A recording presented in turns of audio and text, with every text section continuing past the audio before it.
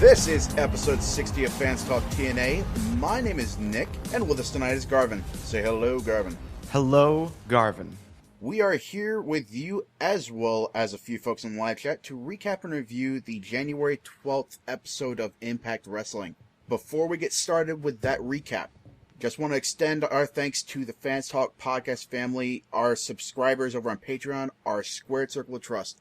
If you guys enjoy the content we're putting out onto the interwebs, you can join that family by chipping in just $1 a month over on Patreon. With that pledge, you can help us cover the costs of recording, hosting, and distributing all of our episodes. You can get the entire archive for this series, as well as others from the Fans Talk family, and some other fun perks besides that. So head on over to fanstalktna.com right now and find out more. This week on Impact, we had a pretty good show overall, I think. Great matches. With the possible exception of the Knockouts match, I wasn't too blown away by that one. Interesting, because I do have a positive note to add to that. Yeah? Yeah. Do you want to talk about that match now, or you want to go through the rest of the card? Yeah, let's go ahead and get into that. All right. I only wrote one note down, and that was that Jade finally looked halfway decent. I don't know about this finally business. I thought she's been looking great this whole time. Really? Yeah. Inside the ring? Absolutely. I will agree that she stepped it up a notch. Like, she was basically the only person that was firing on all cylinders in this match, besides with the exception of Kong. Yeah, no, I agree with that. I didn't like the match at all, but I thought Jade actually showed that she can handle herself in the ring. And that, to me, this is the first time that she's been able to really do that consistently. The rest of it, the rest of her career so far has been so lackluster for me. Just because I heard and I saw a lot of good things from her. I saw a few matches that she had in the Indies. And to me, I really thought that she could easily be the future of the Knockouts. And it really wasn't until this week that we got to see some of that, ability. That fits, since she hasn't been properly utilized till this week, essentially. Yeah. Up till now, she's always been taking bullets for Taryn. And, since Taryn's been gone, Jade hasn't done much until this week. I think the area where she's really shown through, that she had been allowed to shine through, was in the selling and just getting beat up. And she's had a lot of practice, since she does a lot of intergender stuff out on the indie scene. So I am really glad that she is being given the chance to showcase what she can do. And Marty as well, not necessarily in the ring, but as a mouthpiece for Kong. She's a much better talker than I had been giving her credit for. And the fact that she's also bilingual certainly doesn't hurt. Yeah, I think, I was a little disappointed that we lost the leader of the Dollhouse. But, with her being gone, we are able to see more focus put on Jade and Marty. And even with Kong there, like, Kong is, she is in the role that I think she belongs in. But she's not necessarily like... I don't know. It doesn't really necessarily seem like she's the leader, but she's the one that they are protecting, at least backstage. And then in the ring, they just let her go. In that backstage segment, they definitely established that she was the reason that the Dollhouse is going to be running shit. And Kong is running that. Rebel's still wearing the general's hat, but, Which is cool. Yeah, for sure. But in every other aspect that really matters, it's Kong that's leading that pack. So, which is absolutely needed, like we said last week. Yeah, and real quick, let's talk about the character change that they're giving Kong. They're allowing Kong to talk more.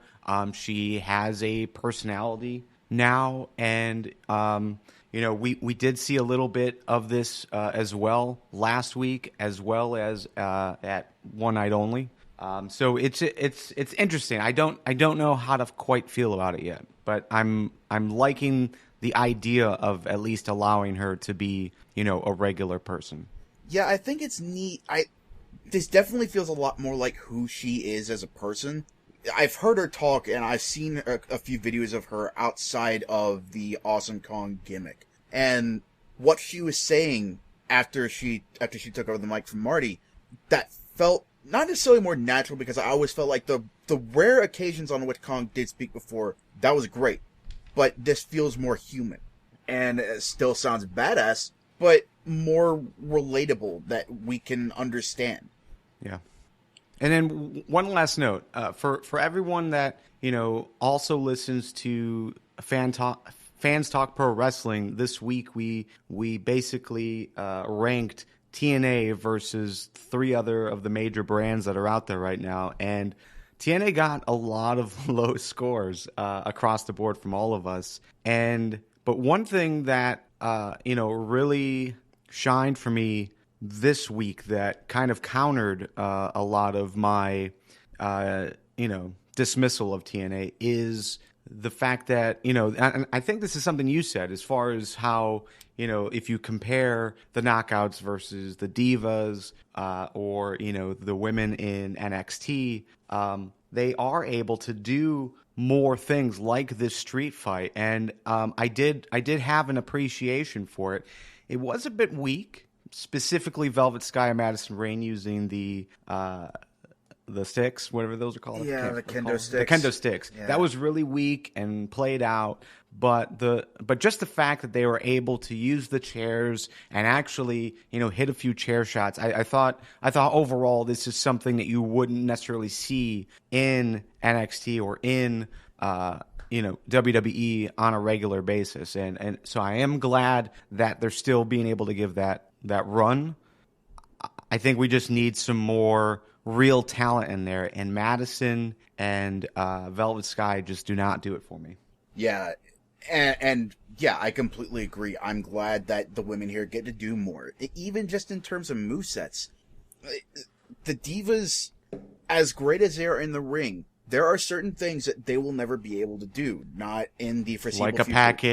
Like a package pile driver. Exactly. Kevin Owens can't use his finishing move there, but Jade can. And even just something as simple as a Mongolian chop, like Kong did. Like, you'll never see a woman do that in the WWE. Just because it's just too out there. It's too foreign. But Kong spent years over there in Japan, and she can do what she learned over there. And I'm incredibly grateful that the women there have that sort of freedom. We were going to talk about this in what's coming next week, but it's being asked in the live chat right now, who is Raquel? So we did see a little segment after the Knockouts match, a little vignette for an incoming Knockout, again, named Raquel. And it was some standard, it was standard fare, I think, for a mystery wrestler. But, well, it was standard fare for a woman wrestler, where they're in the dark and they're both sexy and fierce. Yeah, but one thing that did intrigue me was, for one person, there will also be a measure of revenge. I'm paraphrasing. So it seems apparent to me that this woman has either been here before, or she has a lot of history elsewhere with another Knockout that's been around a little while. So I don't really know who fits that bill. Again, I could look at spoilers, I could look at rumors, but I'm trying to keep myself in the dark here and just guess at it for my own experience. Right. The only person I can think of would be Thea Trinidad, Rosita, but Raquel has a pretty thick accent, and I don't ever remember Rosita having that. So, and I can't imagine they would give her a third name. Yeah, especially since she was here so recently as Thea Trinidad. Yeah. So, I don't know. If you guys out there have any thoughts or theories without giving spoilers, and by all means, hit us up on Facebook or Twitter. Yeah, I have no idea. I'm not even interested in guessing. I would much rather just be surprised. And hopefully it's a good surprise. Yeah, hopefully. Okay, getting back to this week's card, let's start from the top here. We got a little confrontation between EC3 and Jeff Hardy to open up the show. And Jeff Hardy has been cleared to compete. He is back in action, which, not a bad thing as far as the show itself goes. And the fact that he is starting from the bottom of the heap at the back of the line, I definitely appreciate that. Well, if it remains true. Yes, hopefully there will be a few more of these sorts of matches to kind of let him ease his way back in while somebody else gets a shot. But he started this week against a guy named Shinron, which I thought was really neat. I've seen Shinron wrestle.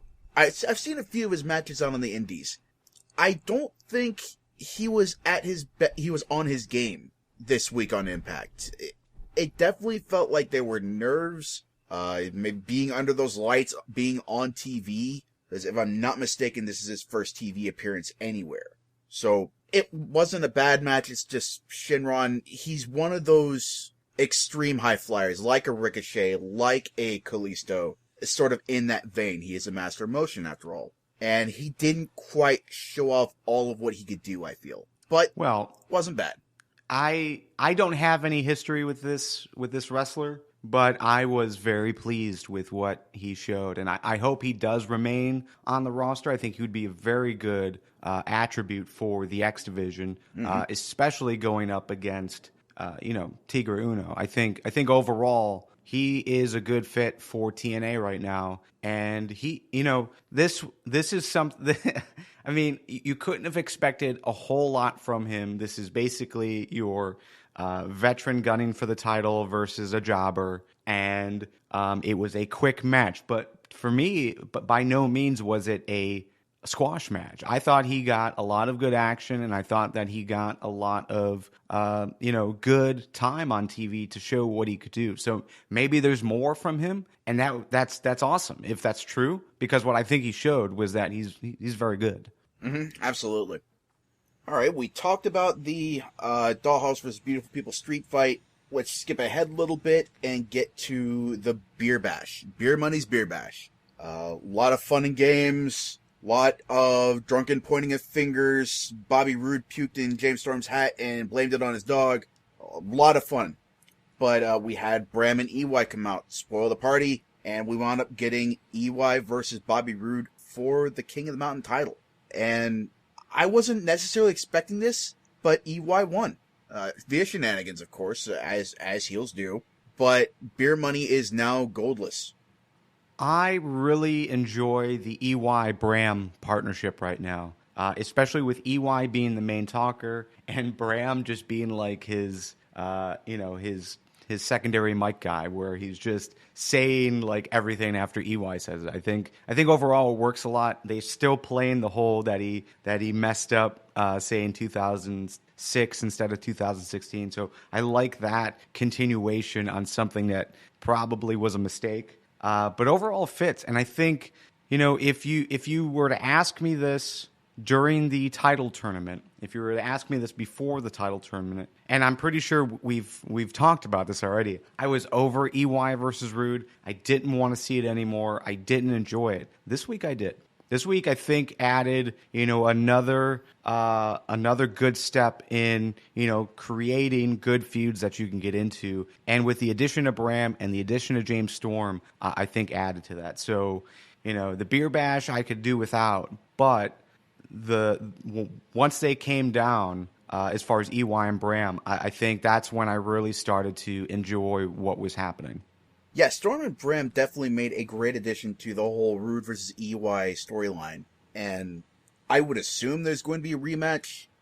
Maybe an obligatory one, maybe just pro forma, get it out of the way so that Beer Money can focus on the tag titles. But yeah, I'm completely with you. I was getting kind of tired of seeing Roode and EY spar over the title all the time. And now this is something a little different. It's in a different environment where Roode and Storm are both faces and they're both basically good guys.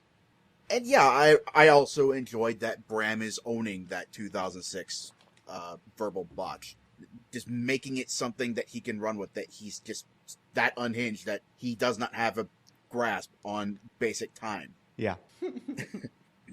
Yeah, I don't expect this thing will go on too much longer. Like I said, probably rematch, but I'm thinking that's going to be it. I don't see Bram and EY staying together as a team as much as I see Bram kind of being EY's rabid dog on a chain. Like if he needs it. Yeah. It's not like EY's exactly lacking in the rabid dog department, but just a little bit of backup, kind of like Tyrus' DC3, which that would be a interesting feud all on its own. So we moved on from that, and we got an interesting little segment where we saw Mike and Maria backstage and they run into EC3 and Tyrus.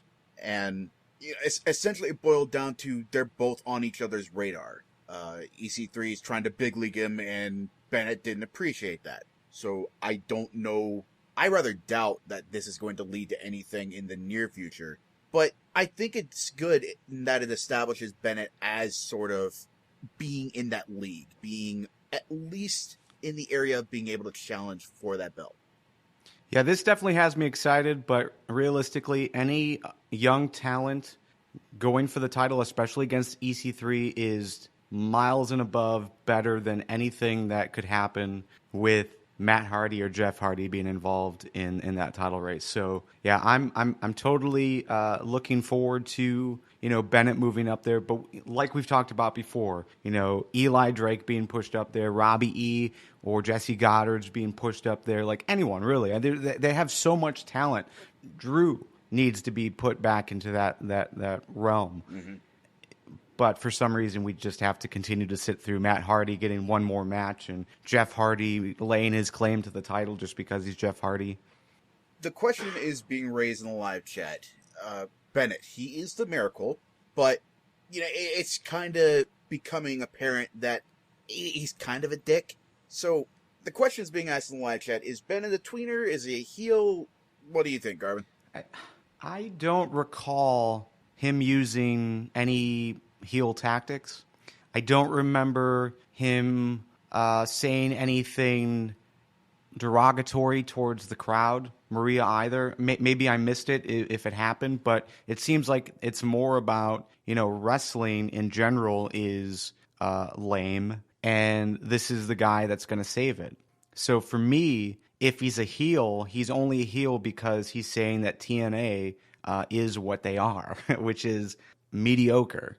So to me, that's not a heel. That's just TNA fans, not wanting to admit that it's a struggle to get through these episodes every week.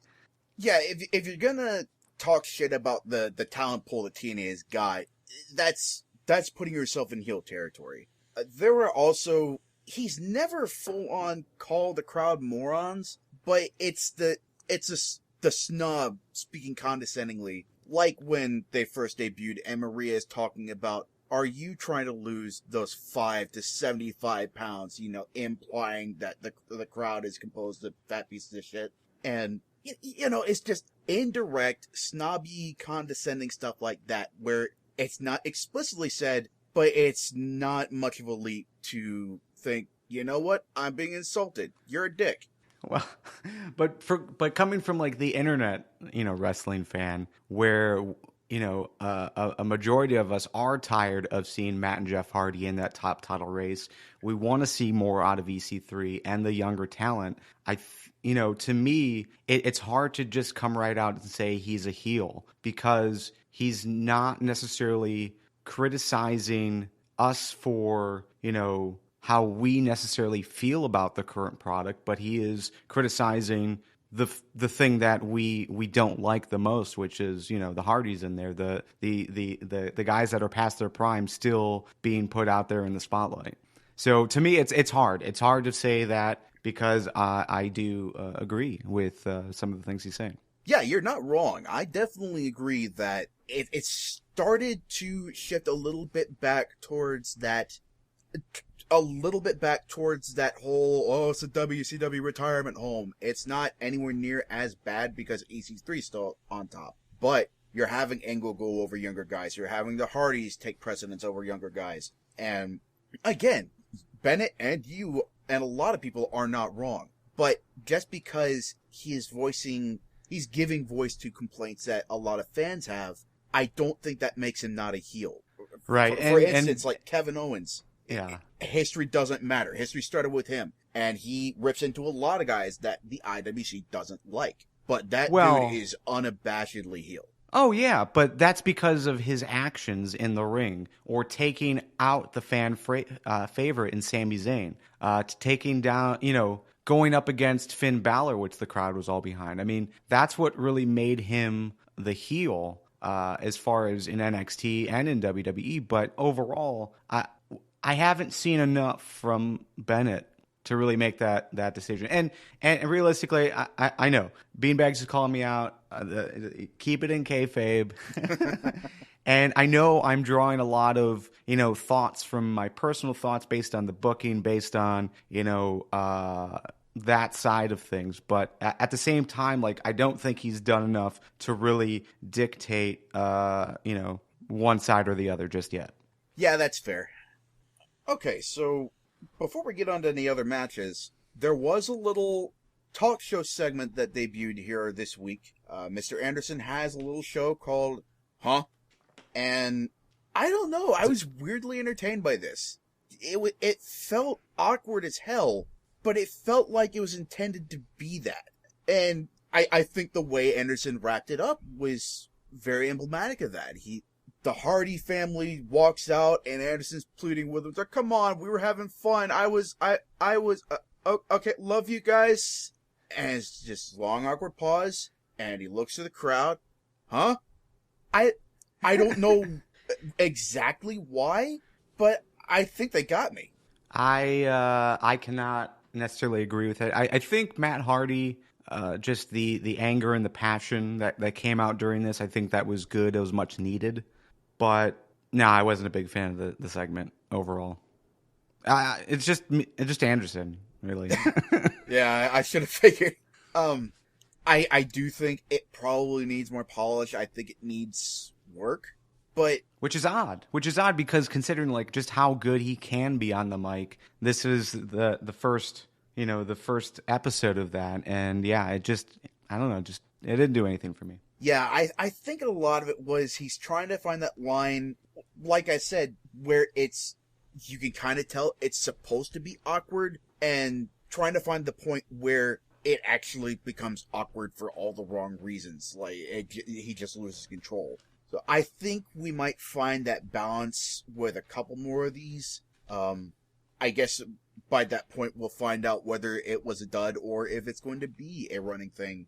Hopefully it doesn't become as bad as Miz TV or something of that nature. 2 more matches happened on the show.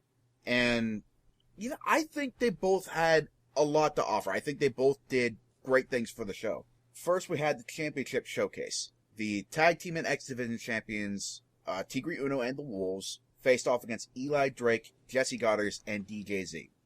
Garvin, what did you think of this match? Did you enjoy it? Did you think anything interesting came of that? Well, I mean, the turn of Z on Jesse, I think was a nice touch, even though technically, like, I could be wrong, but I distinctly remember that Jesse turned on DJZ like months ago. I don't know, but I thought it was an awkward pairing, and DJZ looked good. I thought Tigre Uno looked good. Everyone looked good. My issue with it is that I have not been able to really figure out why Jesse Goddard and Eli Drake are continuing to lose matches in almost a jokingly fashion. Like, when are we going to see them actually be able to do what they can do with wins and build that credibility that, they really should get? It's just another group of young guys that are continuing to look bad week in and week out. I don't know. I wish I had an answer. The only thing I can figure is the characters. I love those guys to death, but Jesse still has a comedy aspect about him, despite his entrance, despite casting himself as the man, the modern day Adonis. He still has those cartoonish antics in matches, in the ring. His match against Kong in the World Title Series is a case in point, where he talked a huge game, got his ass handed to him by Kong, and, he just never manned up and took a beating or took anything. He never fought fairly.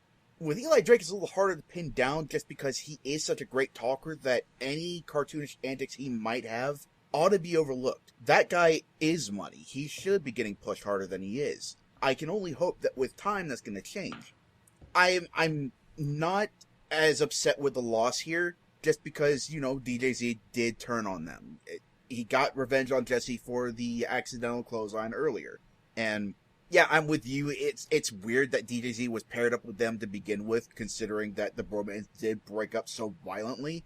But DJZ's been in a weird limbo as far as face heel dynamic goes since then. So maybe this is the establishment of a more face character. There, I'm fairly certain there's room now, just because Manic is gone. It has been confirmed. So hopefully we get more development and more pushes for all three of those guys. Finally, we had the main event.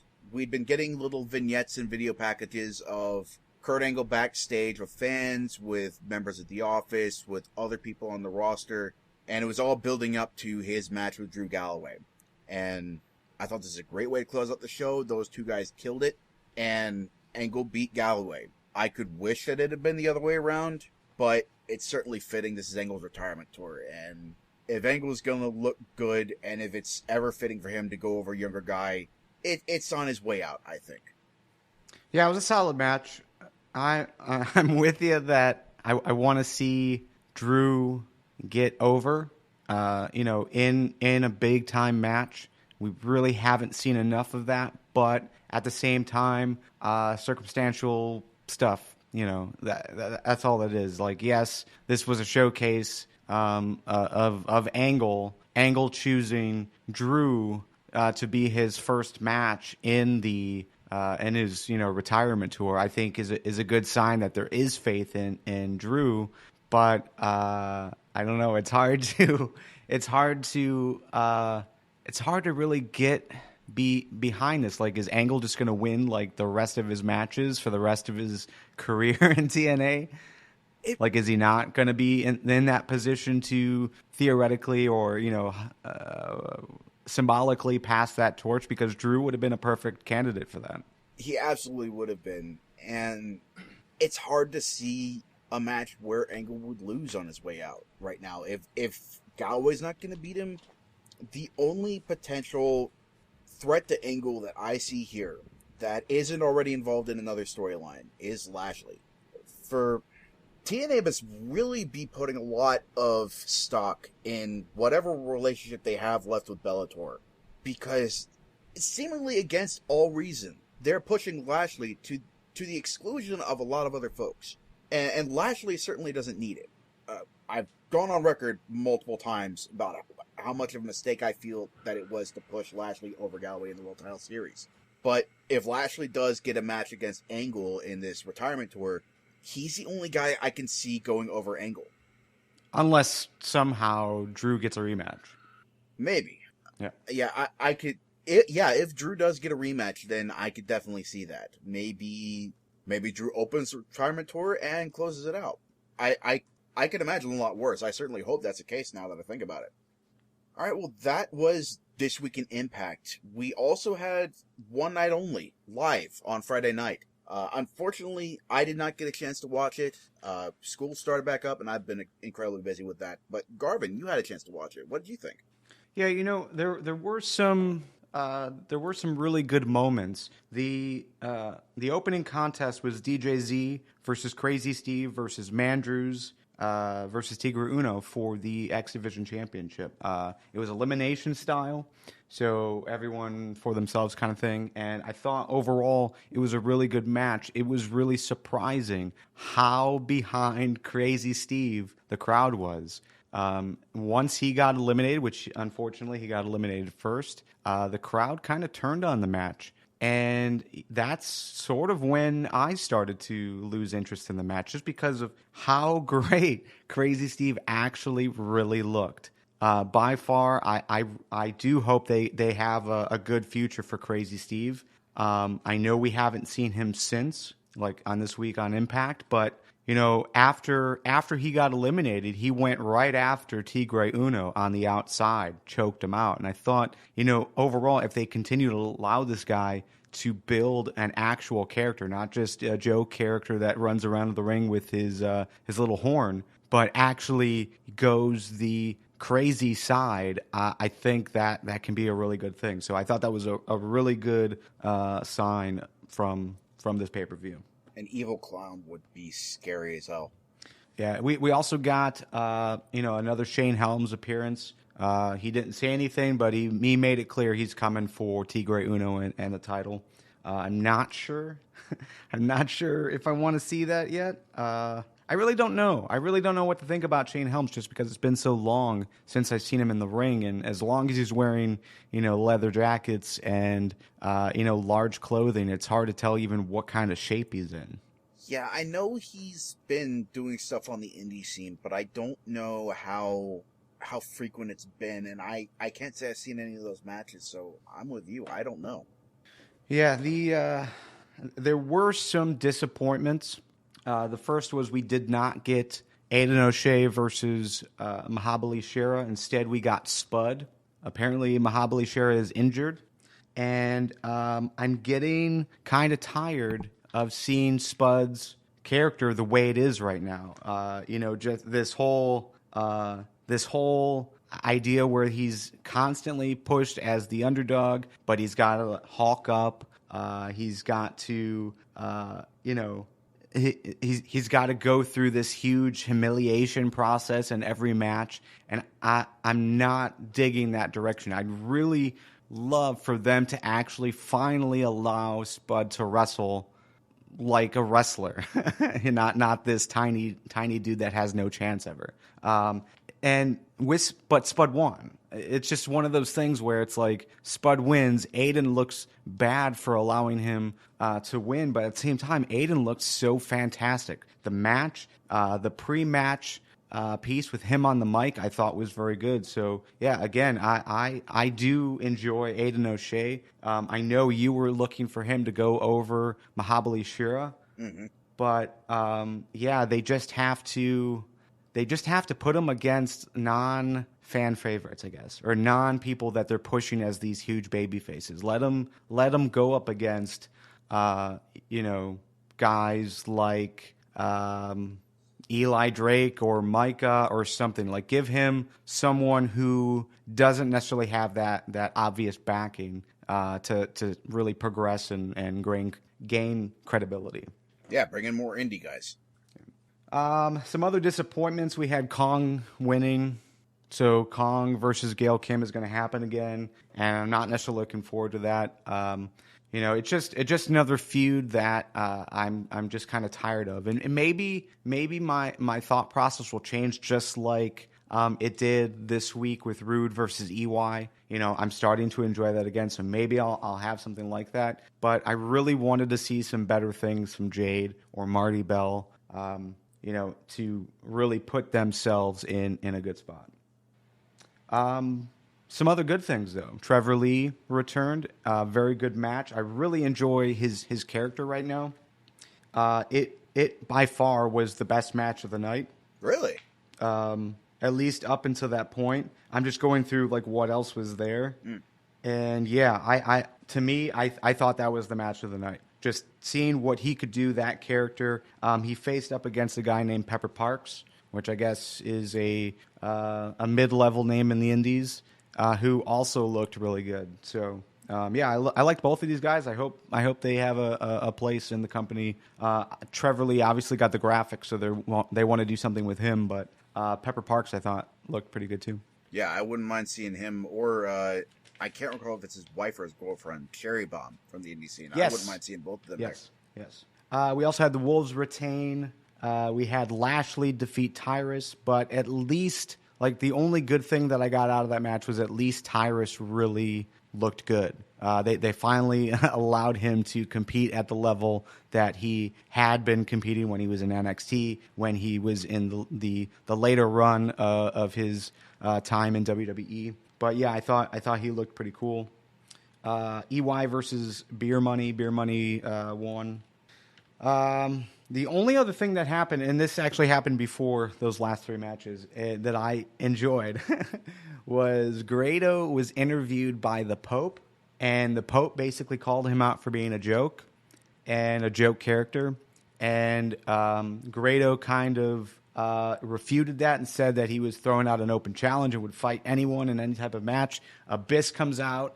We get a Monsters Balls match, and Grado really held his own.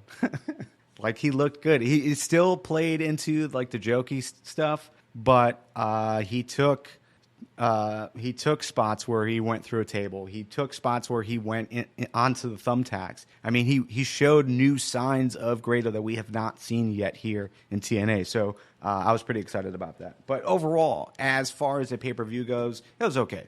Nothing to write home about. Excellent. I'm still going to have to see that match for that show for myself. I'm definitely interested in seeing Grado hold his own against Abyss, because that dude is legit. For all of the joking and antics, that dude's all right. I mean, he's the ICW heavyweight champion for a reason. Took that title from Drew Galloway. Yeah, and real quick, I just remembered that I did not reference Mike Bennett made his debut, his in-ring debut versus Robbie E, and it was a really good match. So if you have to truncate watch the first 5 or 6 minutes of the opening contest just to see how excited the crowd was about Crazy Steve. Robbie E versus Bennett, the Grado match, Trevor Lee match, and then you can pretty much skip the rest. All right. With Impact recapped and One Night Only revisited, we've got a couple things coming up next week. Again, the new knockout is coming, Raquel, whoever she may be. This will be Matt Hardy's last match in Impact, I hope. Because, it's happening one more time. We're getting a last man standing match. And I fully expect to see Matt Hardy lying broken and battered, with Reby crying from the stage, holding Maxwell, and EC3 standing over him with the title raised in the air. Yeah, career versus title. I'm with you.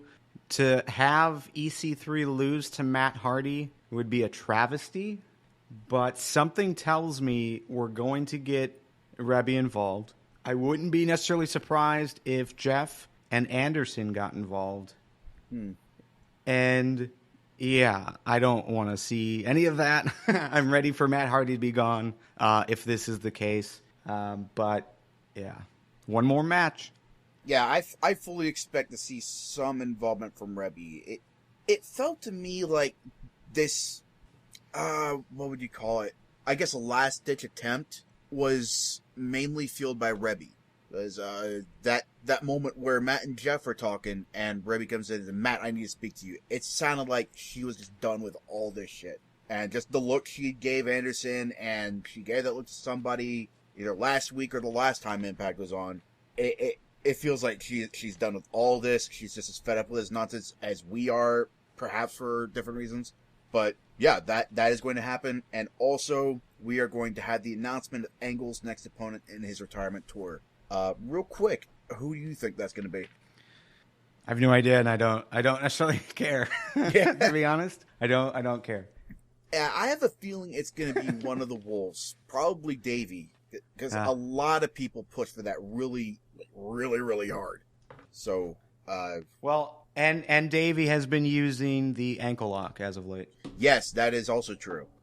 So maybe we'll see a submissions match, whether it be officially labeled as such or just as it happens in the ring, you're trading submissions back and forth.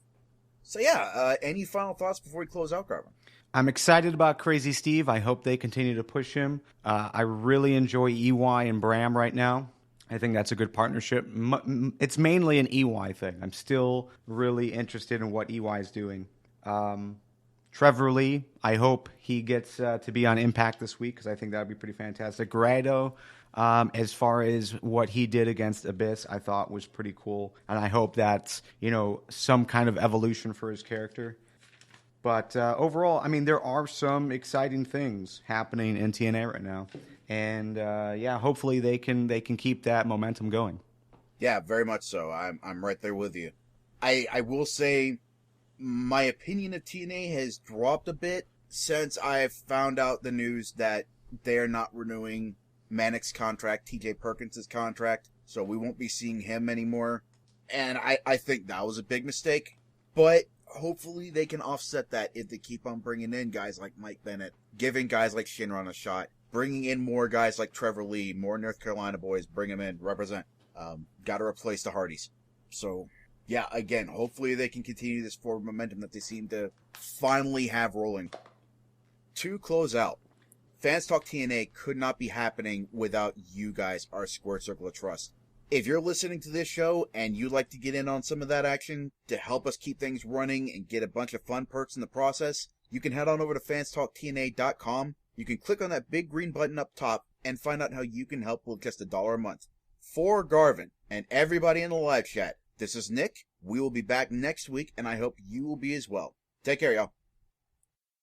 Fanstalk TNA is part of the Fanstalk podcast family and can be found at fanstalktna.com. The Fanstalk podcast family is a subsidiary of Tiger Creative, LLC.